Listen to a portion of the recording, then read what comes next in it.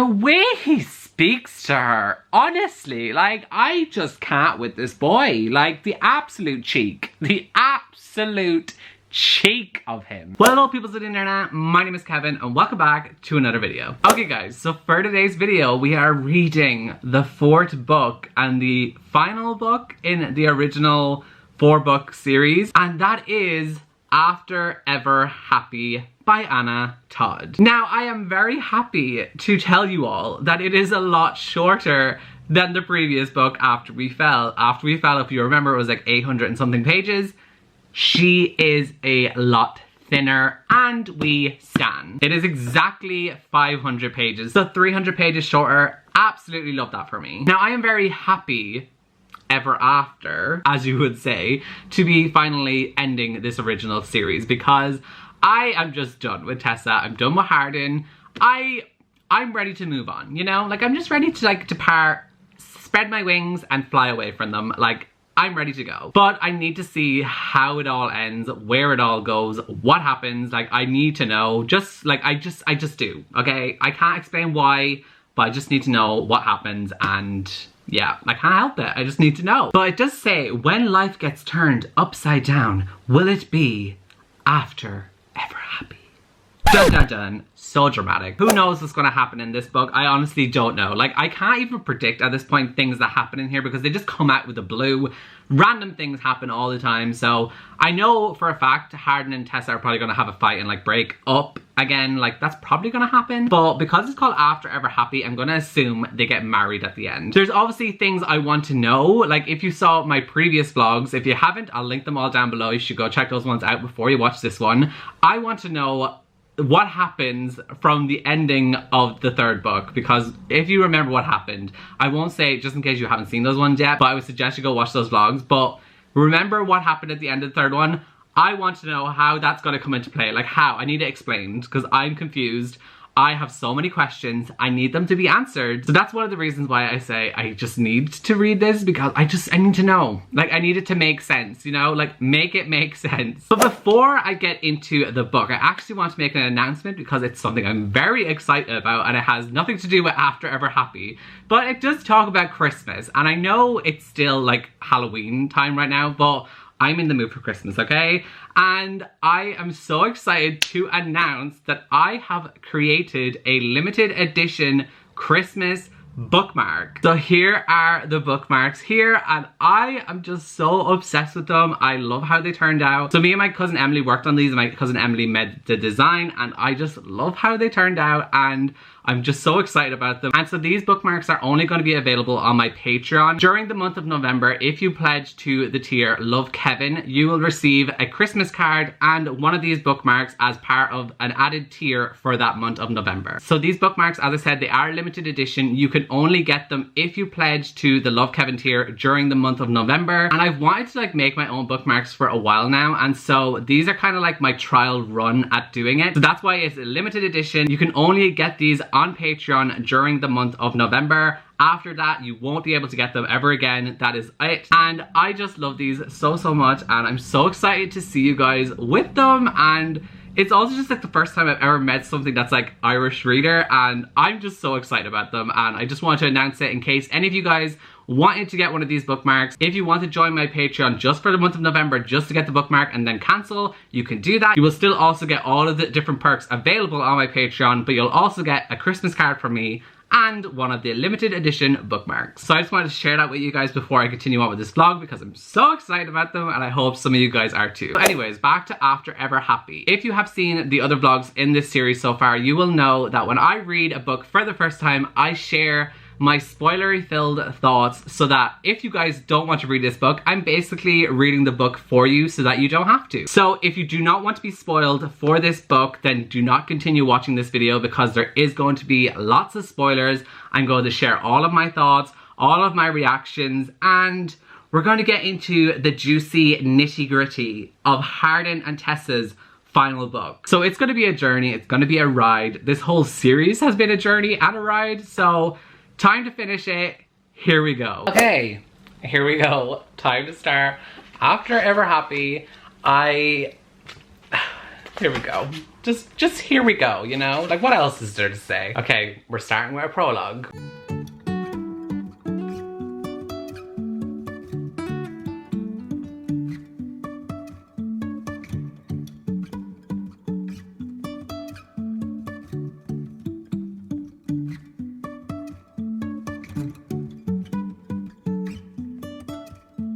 I read the prologue and it's just the whole Christian Vance and Ken Scott, and like how Ken is not actually Hardin's dad, but Christian is actually Hardin's dad.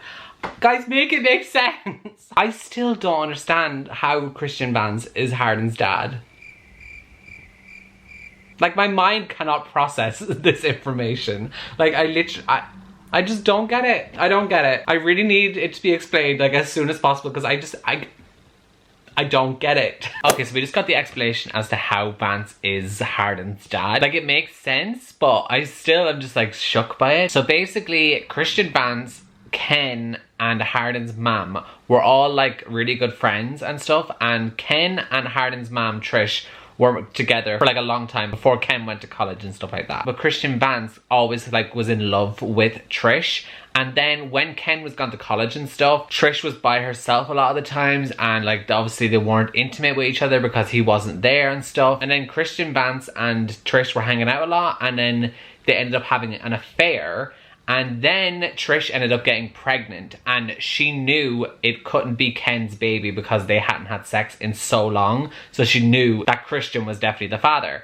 But she never told Ken this, and so when Hardin the baby was born, Ken believed that it was his child, but it was really Christian's. And then Christian wanted to tell Ken, and then they didn't do that, and then Christian moved to America, and then all this different stuff. And then Christian had his own child named Smith, who we know from all the other books, and he thought that Smith would like replace Hardin in his life, but he still like felt bad for not being there for Hardin as his dad, as his actual dad, because Ken wasn't his real dad.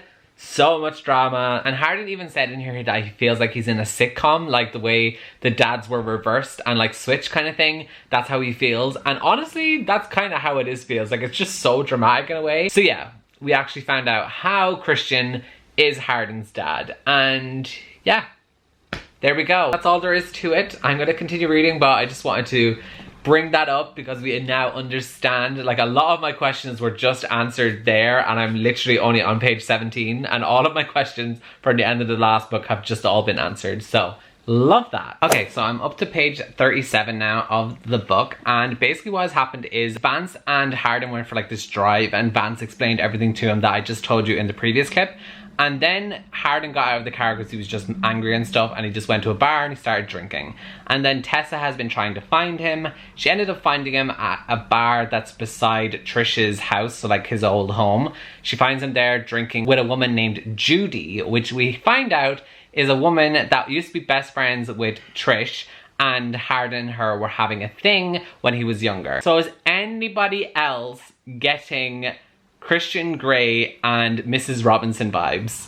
Because I sure am. That's basically what he was doing. He was just drinking and stuff there, and then Tessa finds him and they go to leave, but he doesn't want to leave. He's like, no, I want to keep drinking. And then she's like, I want to go to the hotel. And he doesn't go because he keeps wanting to drink. And then Tessa, in order to make him go back to the hotel, she goes to like walk over to younger guys and like flirt with them and stuff, just to make Hardin jealous and to get him to leave, and it works. And I just don't understand why they constantly have to make each other jealous. Like, I don't see the point of doing that with your partner. Like, you don't need to be making them jealous like that. And they're outside and stuff, and Hardin is basically mad because Christian Vance lived right beside where Trish used to live and Hardin used to live when they were growing up. So he would have been beside the house the night that Trish was attacked by the drunken men, which is the reason behind Hardin having all those nightmares and stuff. Like, Christian Vance was next door and he could have stopped it, but he never did anything, so Hardin is angry at that. And honestly, I kind of understand his anger there, because that actually does make sense, like why you would be angry, especially when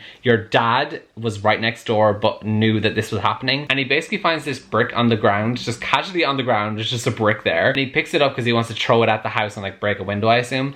And Tessa stops him from doing that, but then he goes, fuck this, fuck all of this, fuck this street, fuck this bar and that fucking house, fuck everyone. And I'm like, if that's not the mood for 2020, I don't know what is. And then it says, he stumbles again and walks into the street. If you won't let me destroy that house. His voice trails off and I pull my shoes from my feet and follow him across the street and into the front yard of his childhood home. So I don't know what he's about to go do, but he's about to do something. Okay guys, so it's a bit later and I've been doing more reading and I am now up to page 69. We know. I'm not going to make the innuendos with 69 being on page 69. I've done it several times in vlogs. I don't need to do it again, but page 69. Anyways, I'm up to page 69 and basically what has happened is after I said like Tessa and Harden were going to go into like his old house, he did that basically, got mad and then he lit it on fire. Casually an arsonist. And then Christian Vance showed up and like got Harden to leave the house so that he wouldn't get in trouble. And now Christian Vance has ended up getting arrested because the police think that he started the fire and he's actually been injured and stuff. And then when Harden left the house, he went with Tessa and they drove somewhere. And then the next morning they wake up but they don't know where they are. They end up like saying they're definitely done with each other because Harden says that he wants to stay in London and Tessa has to go back to America. And they kind of like have sex in the car, casually in the car, like in public, like just in the car. And it really gave me like goodbye vibes. It was like their last farewell, you know, like their parting of ways. And it actually felt like a goodbye, which I'm not gonna get my hopes up because with this series, I have thought several times that it is the goodbye. It's ending and it's over, and then every time it's just never the truth. So like they're having like this breakup thing and like breakup sex and I'm like, I don't buy it. Like, are you actually breaking up? And then basically Harden and Tessa end up going to Kimberly's and they like talk about Christian Vance and how he's gonna like bail himself out because he has the money to do so. And then Harden ends up talking to Smith, which is basically his brother now, and Smith knows and he's like to Harden, why are you mad? Why don't you want to stay with me? Like, why don't you want to be my brother? And I was like, Smith is too precious. Like, Harden, do not be a dick to the little 5-year-old boy. Like, Smith is like one of the other like likable characters in this series. So like, you can't be mean to Smith. He's literally a 5-year-old. Like, he's your little brother. Leave him alone. The whole like starting the house on fire was very random and out of the blue and it just happened. Like, I was like, okay, you know what? This is one of the moments where I'm like, you can't predict what's going to happen in the book. Like, who would have known that he would have just done that? But he did, and I'm going to continue reading and see what else is going to happen. Are they actually going to break up? Like, I would love if they genuinely broke up and like it goes 10 years later or something and then they finally like reconnect after all the time or something. That is what I would like. Okay guys, so I'm now up to page 103 of After Ever Happy and I'm pretty sure they've officially called it off, but like as I keep saying, I never know with these two. And just like Katy Perry says, just because it's over doesn't mean it's really over. And if I think it over, maybe you'll be coming back over again and I'll have to get over you all over again. You know, like a lyrical genius. She was talking about this book. No, she was not talking about this book. Let's not get it twisted. But anyways, so what happened is Harden ended up like leaving after he was with Smith and everything, and he left like a bag for Tessa in the room with like her stuff and everything and like the car keys for like the car rental that they got and a plane ticket for one person back to the US. So like he didn't even tell her anything. He basically just like was saying, you only have one ticket there to go back, so I'm not going with you. I'm out, bye-bye. That's basically what Harden just said. And now when Tessa sees this, she obviously is upset and she's kind of like, how dare he, after everything we've been through, he just does this. And then Harden ends up meeting up with some of his old friends. So if you remember, Harden and his old friends were the ones that filmed when they did things with girls. So we already know he's not about to have a great reunion with the great people. So he ends up hanging out with them again and he goes back to their house and they're having like a party and everything. He's drinking, smoking weed, all of that kind of stuff. And Tessa ends up finding where he is and ends up going to this party.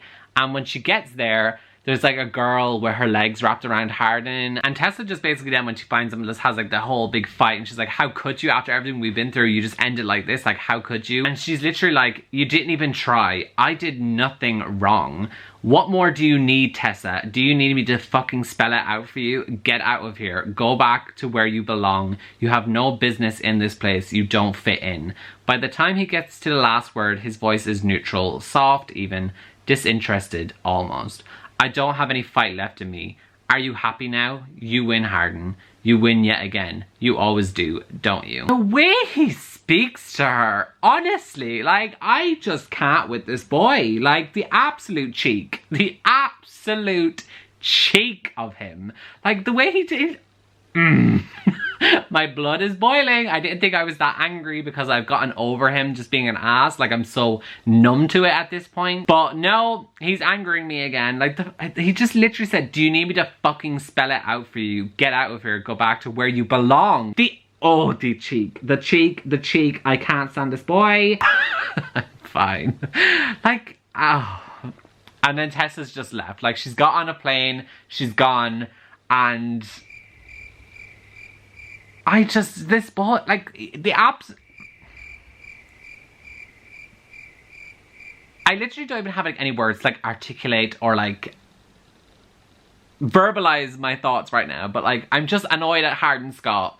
Are we surprised? No, we're not, because this happens every single book. A few moments later. Why am I actually a little bit upset right now? This is not something I would expect to happen from...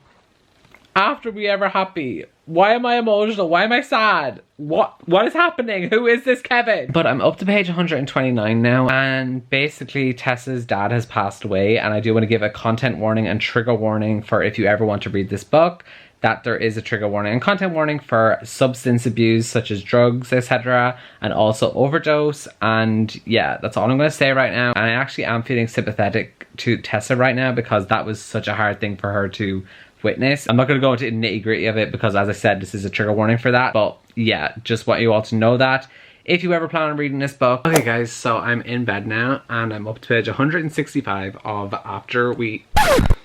No, it's not After We Fell. We've been there. We've done that. This is After Ever Happy. And basically where I am right now, what has happened is Hardin has ended up coming back from America because he found out about what happened with Tessa's dad and stuff. And Tessa was like in a state of shock and she just wasn't eating, wasn't speaking, wasn't really doing anything, and everyone was kind of worried. And Landon rang Hardin. And then Hardin ended up coming back to the US, but no one knew that he was coming back. Meanwhile, while Hardin was like on his way back to the US, Tessa was like in a state of shock and stuff, and she went back to her mom's house and she was like staying with her mom and then her ex-boyfriend Noah. And then Hardin just shows up like at the house and he's like, I need to speak to her, and all this kind of stuff. And he like tries to like get her to talk again, but she starts screaming because she does not want to be around Hardin. And then Hardin's like, oh my god, oh my god, oh my god, why is she doing this?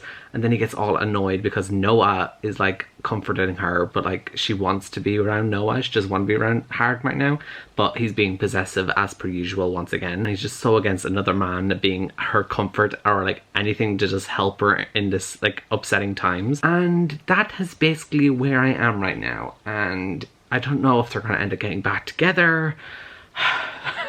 Like, we didn't even get like a solid 20 pages of them broken up. Like, I don't know. I just don't know anymore. Gonna read for probably a little bit tonight, and honestly, I'm quite surprised at how fast I'm reading this one.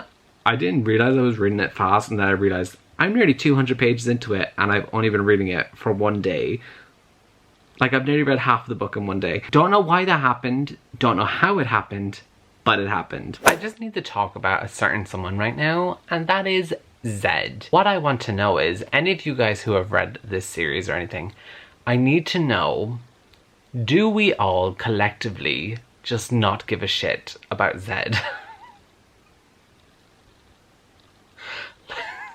Like, honestly, like, as a group, do we all not care about him? Like, why? Like, what is he bringing? Absolutely nothing. Why is he here? Why is Anna Todd pushing him so much to be like this love triangle?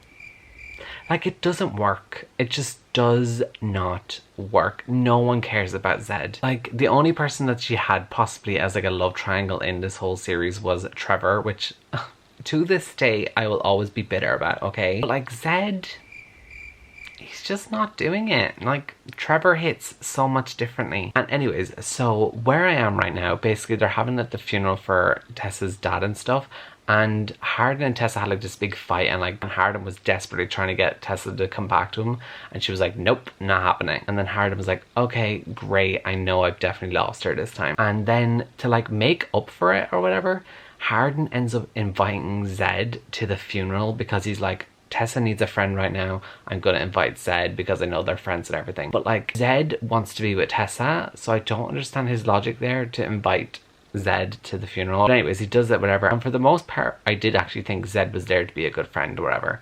But no, he isn't. He thought a funeral was the perfect time to swoop in and take Tessa off her feet and like fall in love and like make her your girlfriend. Absolutely not. Like, there's a time and place.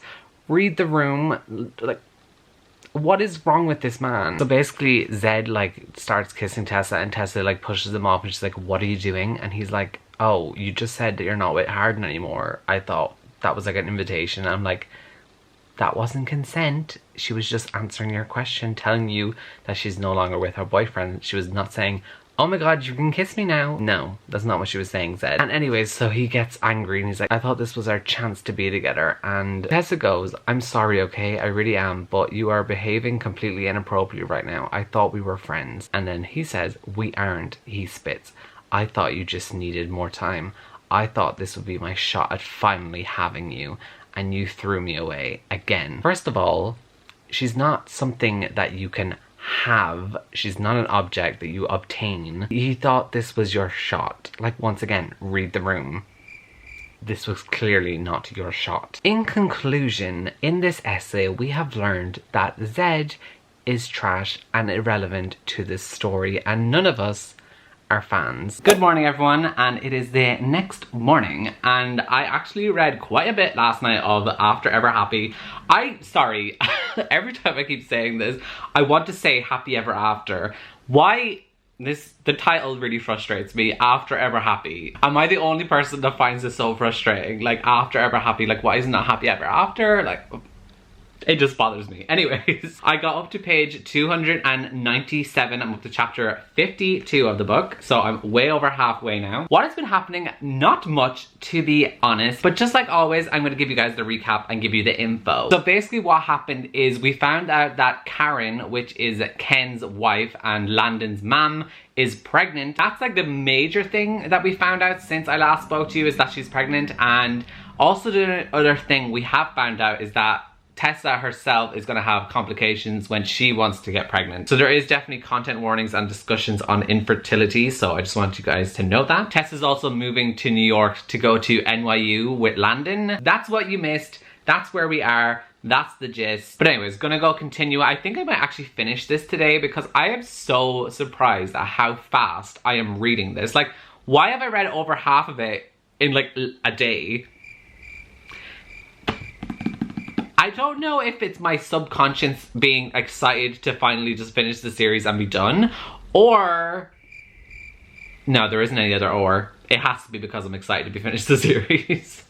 That's the only logical explanation. Okay guys, so I'm now up to page 358 and I just want to talk about some stuff because this is something I saw comments on my videos that people wanted me to talk about when I read the final book, so I'm going to talk about it. The main thing people wanted me to talk about was Harden's character development and how much he has changed in the final book.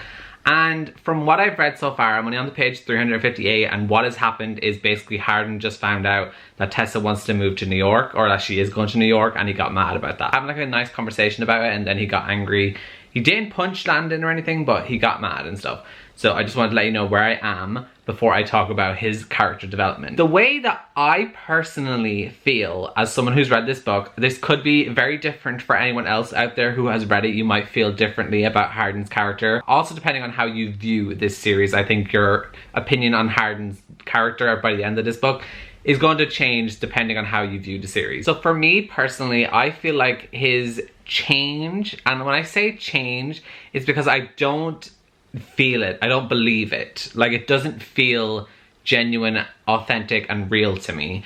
It feels like the things he has been doing has been like telling us, if that makes sense. Like, one of the things I learned when I was in college and stuff is that it's better to show instead of tell. I feel like in this story, Anna Todd is kind of telling us that he's changed and like Harden's changed, but like the narrative like of Harden's inner monologue saying, oh, I've changed, and then Tessa saying, oh, he's changed, but I'm not seeing the change, if that makes sense. Like, I feel like I'm being told he's changed and I'm meant to believe that he's changed, but I don't feel like he has. Like, I still feel like he still has a lot of the old hardened tendencies and like just the way he is. Like, he hasn't really changed that much to me. But having said that, there are some changes to him that I have seen, but once again, they also were told to me, and I would have rather not be told it and just notice it myself and notice the change.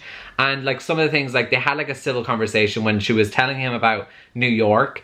He was just like, okay, tell me why you did this before you tell me what it is. Like, why did you do this? And then he didn't get mad with her. They had like a very civil conversation, like one of their most civil conversations they've had throughout this whole series. And so there was a change I had. But during that conversation, Hardin and Tessa in their chapters were both saying, oh, I've changed because I'm not reacting in this conversation. And I'm like, don't tell me that. Like, I can see that this is a different conversation from their normal fights and their normal like discussions.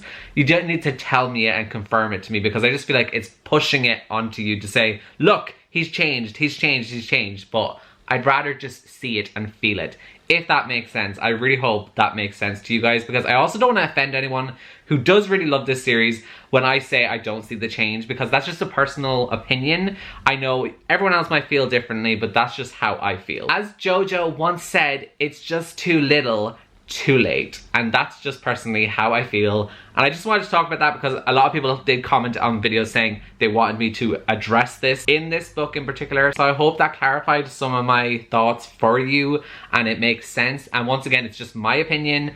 Everyone's going to feel differently about this because we all have different opinions. Reading is subjective, and I mean no offense to anyone that does not agree with me, because we're all entitled to enjoy things whatever way we want to. Okay guys, so I'm now up to page 390, not much left of the book, and basically what has happened is Landon ended up talking to Tessa and was kind of like, you know what, we're done. Like, everyone else is done with you and Hardin, because you're ruining everyone's relationships. Like, you're bringing us all into it, you're involving us all. It's not just the two of you that are like hurting each other, you're also hurting everyone around you. And then Tessa was like, wait a minute, he's got a point. We are dragging everyone into this and we are hurting everybody else. And then Landon was like, I'm not even sorry to say this to you because I just need to tell you the truth. He says that he doesn't really want her to come with him to New York and all this kind of stuff. And then basically Tessa goes and tells Hardin this, and Hardin gets upset about it, but Tessa's like, we need time apart. We need to, because we're ruining everyone.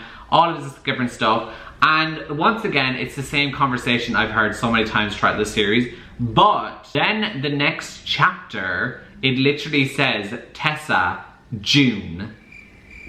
So there was actually a time jump of several months, and it goes to Hardin's graduation from college and stuff, and they haven't seen each other in months, they haven't spoken to each other in so long, and all this kind of stuff. And I'm like, oh my god, okay, they actually are taking a break. Ross and Rachel have some competition now when it comes to on a break. And so then he ends up seeing her after graduation, they talk very briefly and stuff, and then Tessa leaves, and it's after jumping again, because it literally says chapter 66, Tessa, September.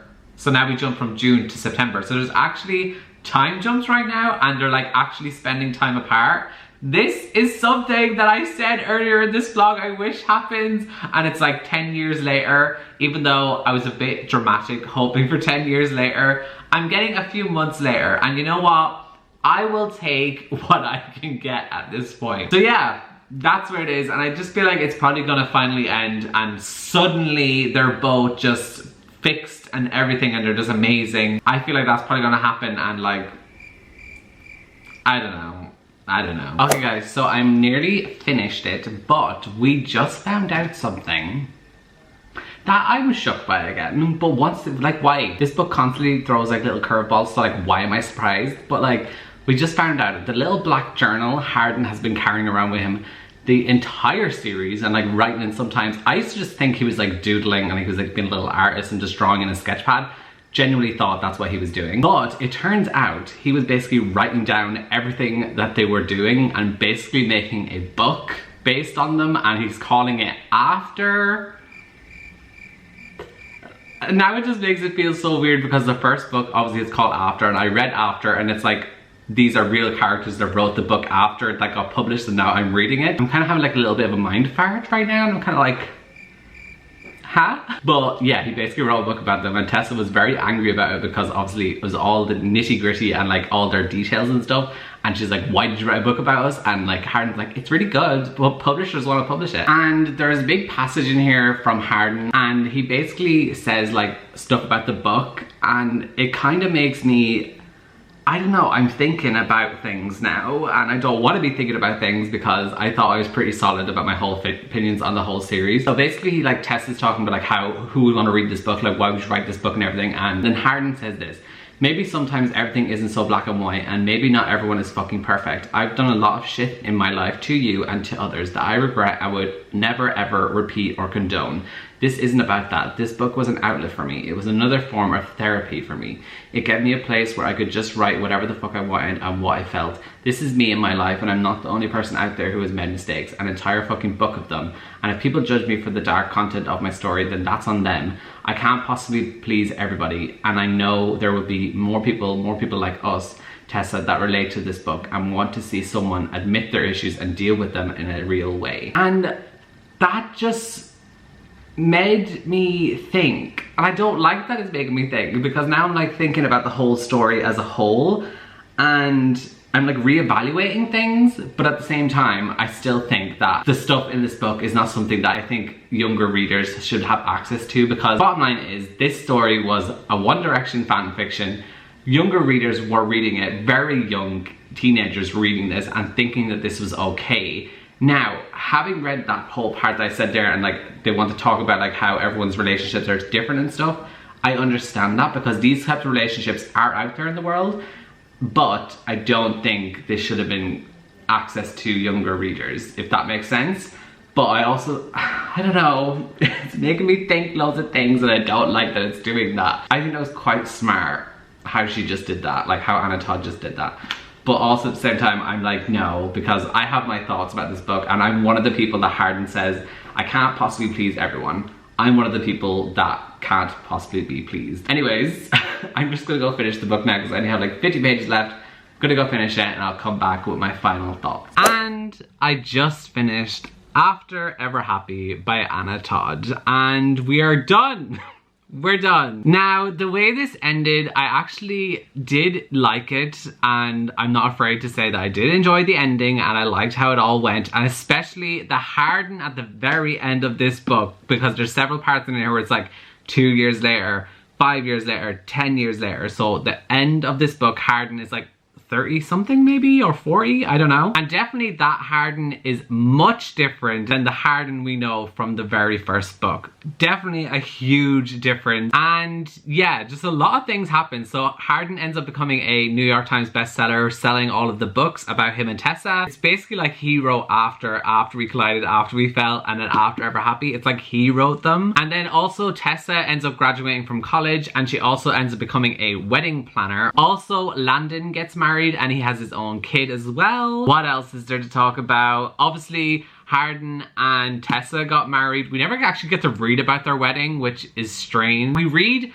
at one point about Landon's wedding, but not the main characters, like Tessa and Harden's wedding, which I found a little bit weird. Tessa and Harden also end up having children. They have a baby girl named Emery and a baby boy named Auden, which I actually love that name, Auden. That's such an adorable name. And yeah, that's basically it. And then it just ends with like the kids all grown up and then them like in their 40s or late 30s, I think. And that's it for the book. I have finished it. That is it for Tessa and Harden's story. I will say that I think After Ever Happy is probably my favorite in the whole series.